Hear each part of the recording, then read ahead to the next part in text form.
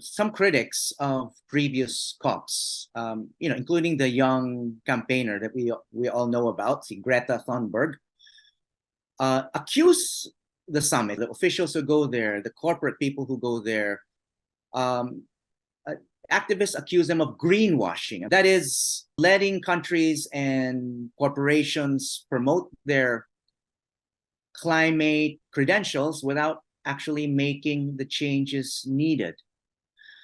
You yourself have been exposed already to this kind of conference, to these kinds of discussions and actions.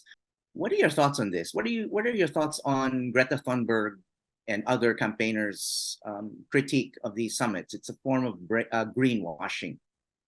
I definitely agree. I think sitting there in all of the conferences, they just kept talking and talking. And a lot of the time I'm sitting there like, yeah, you're saying that, but you're not going to change. And it was really annoying because everyone was celebrating the fossil fuel phase out language in the mitigation agreements. But then days later, new fossil fuel centers were opened. Like, there were so many developments in terms of using fossil fuels that just baffled me, because they were preaching about reducing it, and then all of a sudden there are all these developments globally for using fossil fuels. And during one of the conferences, a delegate from Nepal said that the financing for fossil fuels globally is more than the financing for healthcare and education globally.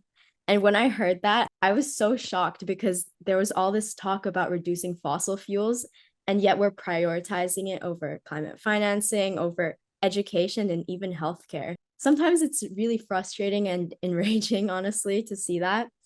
But at least there are small steps, and I hope the steps get bigger over time. But I would take any win at this point. So I'm happy that they included reducing fossil fuels in the language.